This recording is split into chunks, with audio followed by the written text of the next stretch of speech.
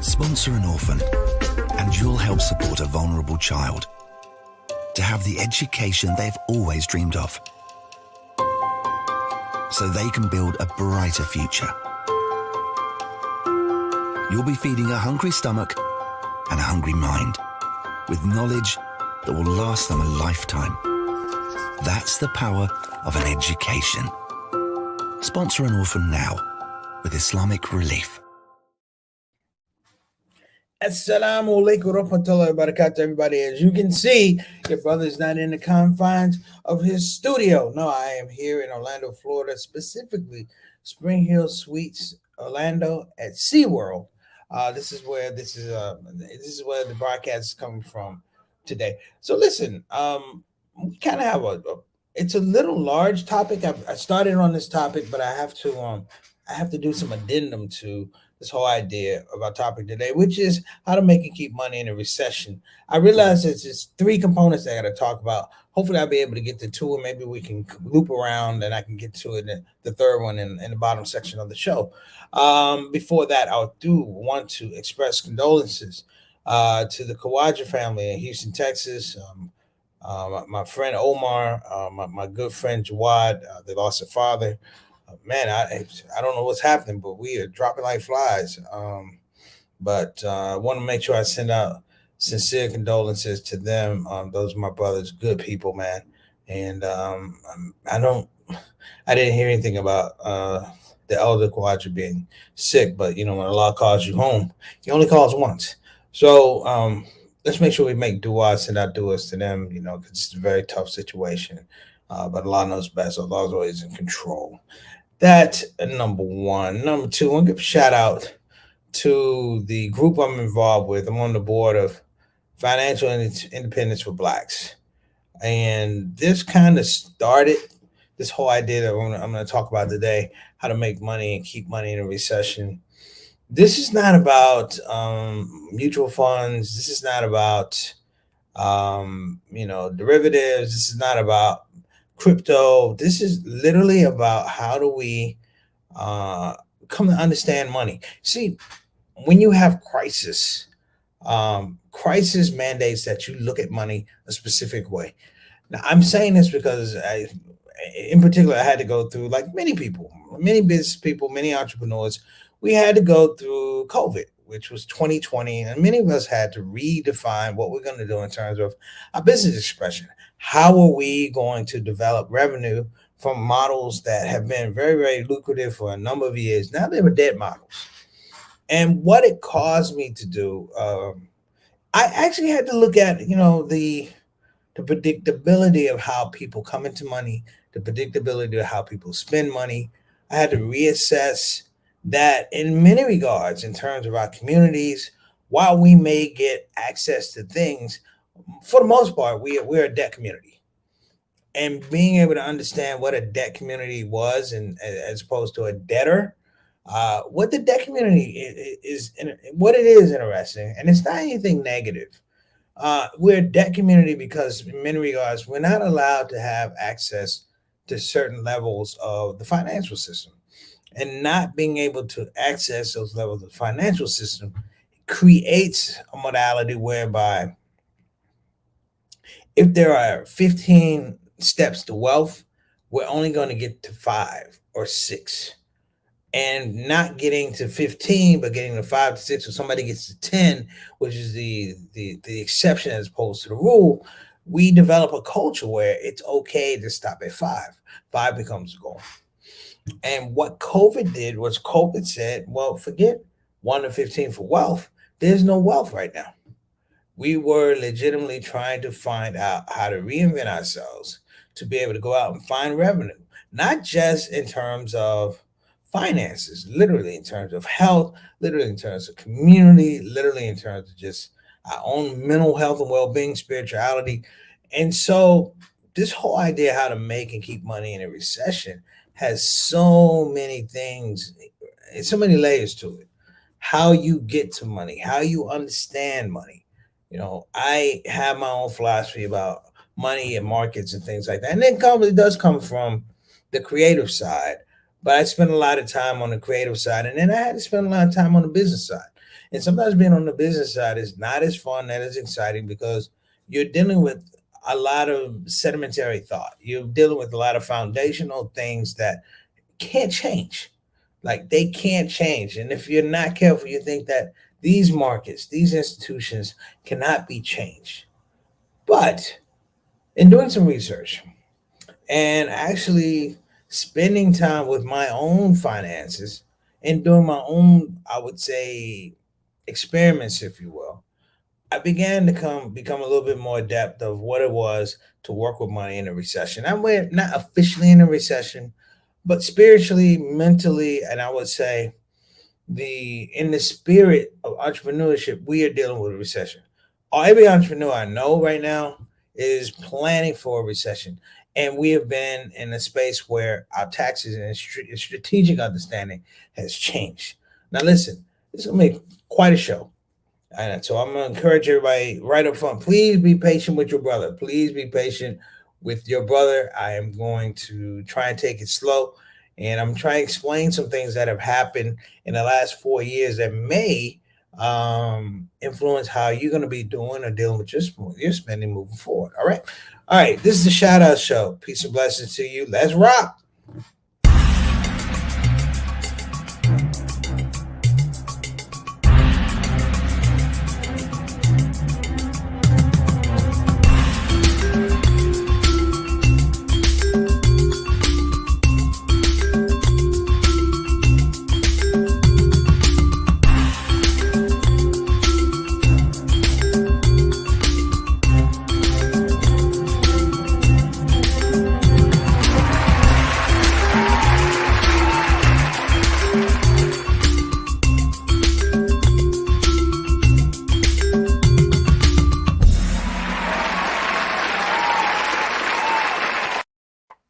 All right, we're back. Listen, we're going to jump right into it. We're going to get into our comment section, and that comment section is the home and the humble abode of the Shout Out family, brothers and sisters. So we're going to get our Shout Out family out here today. Of course, we have our ride or die. So what's going on, Sister Ree? Assalamu alaikum rahmatullahi barakatuh to you and your family. Hope you're doing well. Houston Humble is treating you well. Shout out to Brother Derek. And of course, shout out to the young lion, the young king, my dear brother, little brother Juwan. I hope he's doing well. Next up, we got Mary Moss, better known as Mama San. She said, I can see now. I can work the keys. I can press buttons. She said, I see the light. I see kind of a couple of lights. They're a little hazy. She's trying to come back from the cataracts. All right, Mom. We love you. Thanks so much for coming on the show. She says, happy day to my SOS family. Thanks so much for joining, Mom. All right. And of course, we have our Canadian envoy to the show, better known as Mr. Straight Up, Mr. 6 o'clock, straight up, straight down, brother. All talk for she, man. Thank you so much for joining us here on the program today. Appreciate you, brother. Hope all is well. Wa alaikum assalam wa rahmatullahi wa barakatuh. And last but not least, definitely not last, of course, this is Satana Whitfield, our executive producer here on the Shout Out Show, the SOS. So, like I said, a lot of this stuff does not happen by accident and does not happen by ritual. It happens by deliberate practice. So, believe me, after 600 some shows, we are a tight organization. So when I want to say when the man comes around and says, I'm looking for it, we're gonna have our hand right here. Don't look no further. We're gonna be right here. So all right. Bismillah. So let me talk about how to make money and keep money in a recession. 2007 was 2007 with the housing crisis. I go back to 2007 with the housing crisis. Now, my business as a comedian wasn't necessarily affected because the the organizations that needed to solicit funds or have entertainment, they did it anyway. They had these budgets. They didn't know how long this was going to last. Plus, markets fluctuate. But I did watch how Obama and the Fed responded to the housing crisis. How even the Republicans had to come and deal with this situation. It was a chicken coming home to roost, whereby they had let the banks run amok. And the banks had run amok and they got into the real estate business, plain and simple. And letting them into the real estate business, what they did was they bypassed mortgage brokers and dealing people straight up and packaging loans with what they call collateralized debt obligations, CDOs. And these CDOs were these derivatives of algorithms that nobody knew what the hell they were about. Basically, it was a Ponzi scheme to me. And what happens with a Ponzi scheme is when you're paying out, nobody asks questions. But to keep the machine going, you have to have more people inputting so the output looks balanced, it looks regular, it looks normal.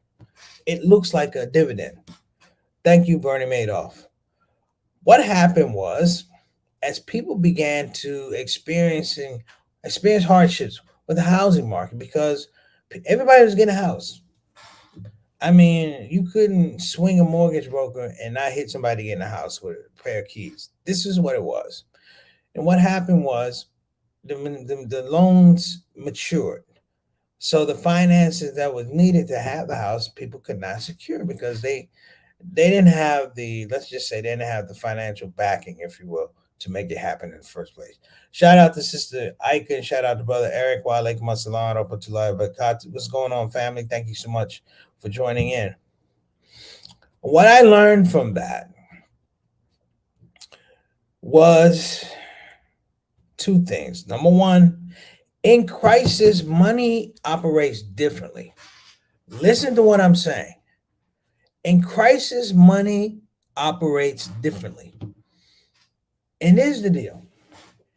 If you have $10 and your $10 is off to the side and you have another $10, that $10 is specifically set up in case something happens. People say a rainy day fund, whatever.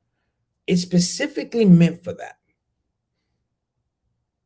But the thing I want to make sure people know is it's not really, when these markets crash, these are not rainy day problems.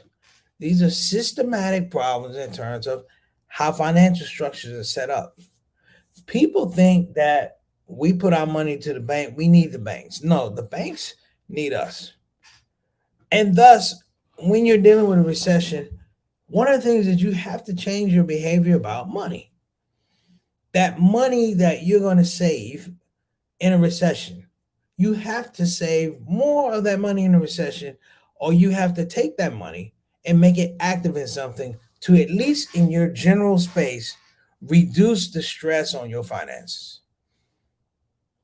We're not, as a culture, as a community, really taught about how you manage debt. Like if you look at big countries, wait for it, big countries don't pay their bills. They don't pay their bills. You know, the United States does not pay their bills. Russia does not pay their bills. Ukraine does not pay their bills. We had this like a consortium of people who don't pay their bills. What they do is that they continue to move debt around and restructure debt. People don't talk to us about restructuring debt. Like I found in one situation, I had a loan, but I had a loan that had good credit. Alhamdulillah. But what happened was the loan that I had, it became to be a drag because you start looking around and you're going, wait a minute, the other loan options. And then it hit me about how do you make money and keep money in recession? Well, in a recession, the crisis lends itself to the fact that people need money. And you have to understand financial institutions need money. They regard and they count on us having a particular type of behavior, a crisis behavior with our money. I'll give you a prime example. The Democrats might get they might get washed out of the office just on the fact that at the beginning of 2021, when Biden took office, he gave a stimulus package. Everybody got $1,400. So anybody in your house got 1,400. Well, the adults got 1,400. I don't know what the kids got. Even myself, I got a check for $1,400. I was surprised. I almost threw it away because I thought it was like a publisher clearinghouse thing. I was like, damn, this is a check for $1,400.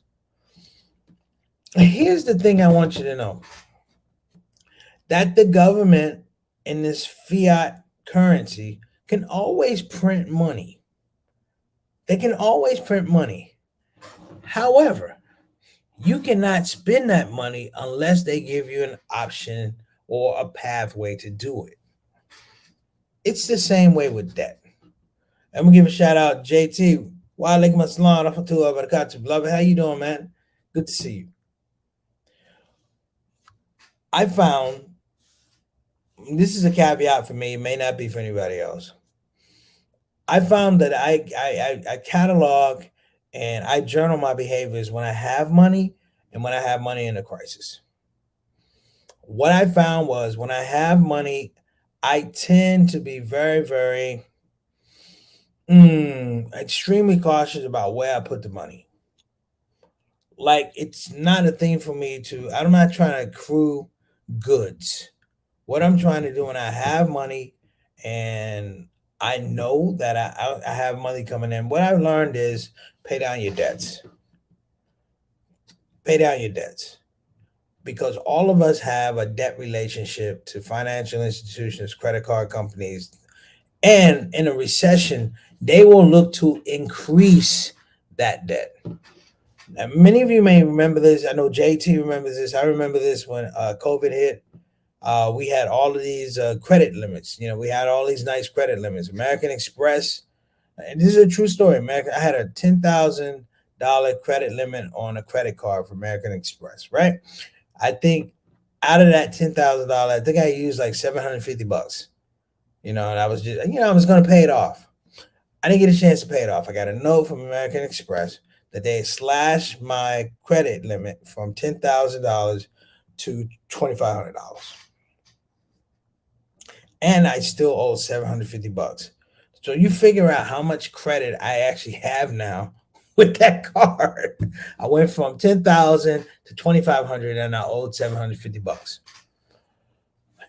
Two things. Number one, it looks horrible in context of your credit ratio because now that's trashed. Two, who can use this card? 2,500, I owe 750. I can't get a pack of Tic Tacs. But I did something different. Alhamdulillah. What I did was I called American Express and I raised hell. I raised hell because I said, I've paid every bill. I said, up to the $750. There was no balance on this card. And what all the credit card companies had done, just so you know, was cut everybody's credit limit because they were trying to produce a particular type of behavior from the credit card user, which was a lot of people were thinking, okay, well, let me try and pay off this money. And they didn't increase. I know Chase never increased the credit card. A year or so later, they increased my credit card limit. I didn't ask them to, and it was pretty much near when I paid the card off. They were like, okay, well, what happened to you when I really needed you? They create these situations whereby you're going to use your money differently and you're going to apply your money differently. Here's the secret. Create your own scenario whereby the crisis that you're dealing with is one that you manufacture. I know it's really a vague concept, but I create my own crisis in an aspect of how I apply money. And it's good crisis. That's the thing. It's good crisis. It's good problem solving in terms of how I want to pay here. It allows me to pay off credit cards, stuff like that. And you have to understand that making money and keeping money in recession is not necessarily the money that you have in your bank account. It's not necessarily that. It's your overall credit picture. your overall credit picture that allows you to be able to have access to money. Now, I have something really exciting I want to talk to you about, and it ties in with this, but it's this conversation I've been having for a while, and I'm going to share it with you. We're going to be right back here on the Shout Out Show. Preacher Moss.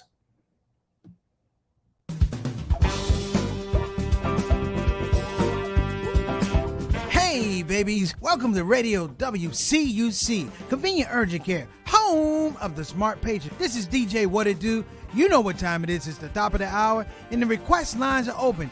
You know what you want to hear. I know what you want to hear. Operators are waiting. I just got to hear don't get the COVID. Don't get the COVID, put your mask back on. The Delta COVID, more contagious than before. Don't get the COVID, go on and get the vaccine. You know that it can keep you safe, and your people living up in your space. Don't get the COVID, you need to wash your hands. The Delta COVID is more deadly than before. Don't get the COVID, go on and get your vaccine. You know that it can keep you from dying. Don't leave your family all alone and crying. Don't get the COVID.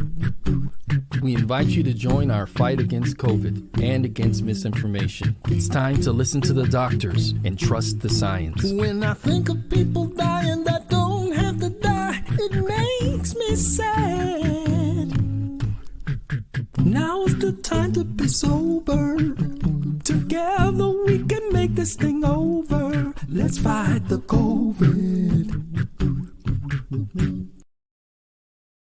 Convenient urgent care, home of the smart patient. Okay, so I need everybody to stick with me now. So I've been talking about access to capital and things like that, creating your own crises in terms of your finances, good crisis, if you will, and how the powers that be try to get you to act a certain type of way with your money. I was on a call today for financial independence for Blacks with my aunt. I'm on with Crypto Rick and a couple folks and a man named Jack White. My aunt's friend Jack White has been around for years, finance guy. He's been excited for the last year for something, and I'm going to tell everybody to go look it up. It's called Dream Exchange. Dream Exchange. And what Dream Exchange is threatening to do is to be the first minority-owned stock trading company. Like you got NASDAQ, you have Wall Street. They're going to be a minority-owned stock exchange. And I listened to the president talk about how they came to this thing, and it ties into what we're talking about. He was a corporate attorney, and he talked about all these great companies that were solution-based. They were amazing. They were like all miracles. He talked about how he couldn't get them funding so they could go public. And when you're talking about going public, you're talking about having access to millions and billions of dollars. He said they couldn't do it because they couldn't basically meet the market cap that you had to have, which was 25. Like if you want something on a stock exchange at New York Stock Exchange, it's $250 million minimum, right? And they talk about how these companies couldn't come up with that money. And this whole stock exchange is set up to allow them to be on a stock exchange, particularly minority-owned businesses, and be able to go public and be able to go out and access these markets. Here's the deal that I want us to be really, really focused on. In a recession, we always say it's not what you make, it's not how much you make, it's what you keep, right? I'm going to add something to that. Yes, it's not about how much you make, it's how much you keep. But it's about how much you plan to keep. Hear what I'm saying? How much you plan to keep. And when I say plan to keep, I'm talking about you can strategically, just like the credit card companies did with the credit limits, you can strategically do that with your own affairs, because it's not until you let the companies into their space that they have power, if you will. I've never ever, believe me, I'm to the point I'm already ready. I'm close to paying off my credit cards, right? I can think of the time I actually got into the credit business with American Express. I was at a club called Papagayos in Milwaukee, trying to impress my friends, a couple girls, trying to impress my friends, a couple girls, and nobody really had any money. And so when the bill came around, guess what old Preach did? I plopped down the American Express. I've had that relationship with American Express since 1987. Think about what I just said. Since from 1987 up until COVID, I've had that relationship with them. Somehow, some way, they figured out that I need them in particular situations. In these particular situations, I call them pocket situations, like pocket crises, like, oh, I don't have $80 right now. I don't have $120 right now. I call them gap crises. And it's easy. We just throw it out there and we think I'm going to pay it off. But the algorithm is already straight. There are statistics that tell us that we don't pay things off. There are specifics that tell us that if the pathway to wealth is 15 steps, we'll be happy with 3 or 4 because we don't ever see people actually get the 15. And in that space, we create a debt culture and we're not asking questions about if I hold on to this money. And hear what I'm saying. It's not just holding on to the money. I'm holding on to the money for a reason. If I'm holding on to $10,000 because I know I could pay something off, and then paying that interest and all of that, whatever it is, and paying that off at this point in time, that $5,000 I put on this problem saved me from a $30,000 problem. We're not thinking about that enough. I was scared to death when they gave out the stimulus money. And the reason I was scared to death about the stimulus money is because you just have people who were not really, really adept at having large amounts of money. Not because they had never had it before, it's they had never planned for it. Here's the thing about wealthy people. And the wealthy people I know, they plan for wealth. They have a strategic plan for wealth. So when the money comes in, they know where the money's going to go. I had an experience over in the UK. My experience in the UK was for the whole time I was there, I never touched any cash. That was my experiment. That I never touched physically any money, right? In the UK, you have your credit cards on your phone, or your debit card on your phone, you tap it, and that's it. And it was I want to say spiritual reality that there was a comfort that you knew if you were buying something off your debit card, you only put it up there because you knew the money was there. You only picked up the food because this sandwich is $4 or £3 and this is that, but you knew that you had planned for whatever it's going to be, and so you just plopped it. This is what we need to get to in terms of our own financial well-being, that we do things knowing that the result is going to be there. That if you save money, just don't save money to save money. That whole rainy day, don't save up money and say, I'm only going to spend it on a rainy day. Don't do that. Look at either create the good crisis or look at those pocket crises and start eliminating them, because they give you a certain type of stability and a certain type of access and understanding. Look, this is a big topic, right? Like I said, I just talked to, and everybody, please, we can't do it right now, but go look up Dream Exchange. Google Dream Exchange and look at the articles they had on like CNBC and Forbes, and they've been out there for a couple years.